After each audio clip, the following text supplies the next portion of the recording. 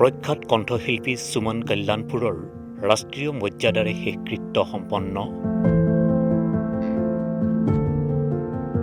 কেইবাটিও জনপ্ৰিয় অসমীয়া গীতৰ নেপথ্য কণ্ঠশিল্পী আছিল কল্যাণপুৰ। প্ৰধানমন্ত্ৰী মোদীৰ শোক প্ৰকাশ। ৬০-৭০ৰ দশকত সুৰীয়া কণ্ঠেৰে খ্যাতি লাভ কৰা প্ৰখ্যাত গায়িকা সুমন কল্যাণপুৰ আৰু নাই। ৮৯ বছৰ বয়সত কালি নিশা প্ৰায় ৮ বজাত মুম্বাইৰ লখণ্ডৱালাৰ বাসভৱনত তেওঁৰ মৃত্যু হয়। মৃত্যুৰ সময়ত তেওঁ কন্যা চাৰুৰ লগতে অসংখ্য গুণমুগ্ধক এৰি থৈ যায়। ১৯৩৭ চনৰ ২৮ জানুৱাৰীত বাংলাদেশৰ ঢাকাত জন্মগ্ৰহণ কৰা শিল্পীগৰাকীয়ে হিন্দী, মাৰাঠী, অসমীয়া, পাঞ্জাবী, কানাড়া, বাংলা আৰু উৰিয়াকে ধৰি ১১টা ভাষাত প্ৰায় ৩,০০০ গীতত কণ্ঠদান কৰিছিল।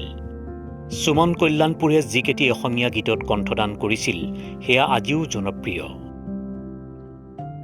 তেওঁ গোৱা অসমীয়া গীতসমূহ হ'ল ঐ ঐ আকাশ শুব, আকাশৰে নীলাই পৃথিৱী সাৱতে, ফুল ভৰা ফুলনিৰ, জীৱন ঘড়ীৰ প্ৰতিটো পল, মিলনৰ এই মধুখন, ও নয়নমণি আদি।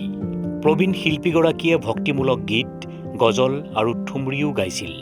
অনুৰাগীসকলে তেওঁৰ কণ্ঠক লতা মংগেশকাৰৰ কণ্ঠৰ লগত তুলনা কৰিছিল যদিও কল্যাণপুৰে সদায় সেই তুলনাক ওলাই কৰি লতাজীক এগৰাকী ভাল বান্ধৱী বুলি কৈ আহিছিল। যোৱা কিছুদিনৰ পৰা তেওঁ নিজৰ গীতসমূহ শুনি আহিছিল। তেওঁৰ কিছুমান জনপ্ৰিয় গীতৰ ভিতৰত আজকাল তেৰে মেৰে প্যাৰ কি চৰ্চে,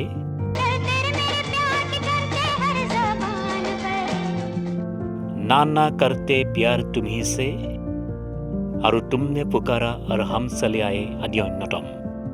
২০২৩ চনত পদ্মভূষণ সন্মানেৰে সন্মানিত শিল্পীগৰাকীয়ে সুৰ ছিংগাৰ সংসদ সন্মান ৩ বছৰ, লতা মংগেশকাৰ এৱাৰ্ডকে ধৰি ভালেমান সন্মান লাভ কৰিছিল।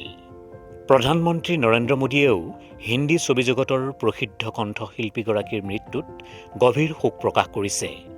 এটা পোষ্টত প্ৰধানমন্ত্ৰীয়ে শিল্পীগৰাকীৰ বিদেহ আত্মাৰ চিৰশান্তি কামনা কৰি তেওঁৰ সুৰীয়া কণ্ঠ আৰু আত্মস্পৰ্শী গায়ন শৈলীয়ে আমাৰ সাংস্কৃতিক পৰিৱেশ সমৃদ্ধ কৰি তুলিছিল বুলি বৰ্ণনা কৰি গীতৰ জৰিয়তে তেওঁ ভাৰতীয় চিনেমাৰ সংগীতপ্ৰেমী আৰু অনুৰাগীৰ হৃদয়ত এক বিশেষ স্থান দখল কৰিছিল বুলি উল্লেখ কৰিছে। আজি মুম্বাইৰ পৱনহাংছ শ্মশানস্থলীত ৰাষ্ট্ৰীয় মৰ্যাদাৰে অনুৰাগীৰ উপস্থিতিত শিল্পীগৰাকীৰ শেষকৃত্য সম্পন্ন কৰা হয়।